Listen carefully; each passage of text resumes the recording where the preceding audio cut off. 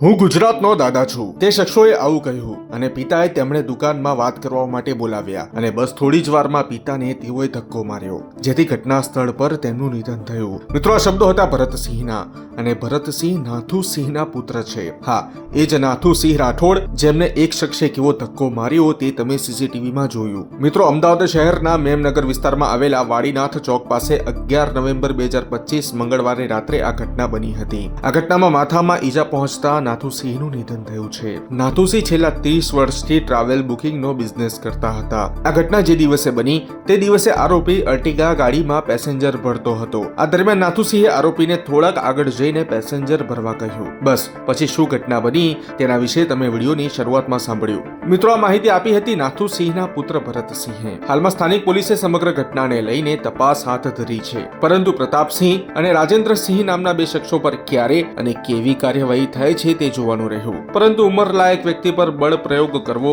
અને એક ધક્કો મારવો કેટલો ખતરનાક સાબિત થઈ શકે છે તેનું આ દુઃખદ ઉદાહરણ છે, જેને લઈને તમે શું કહેશો કોમેન્ટમાં જણાવો.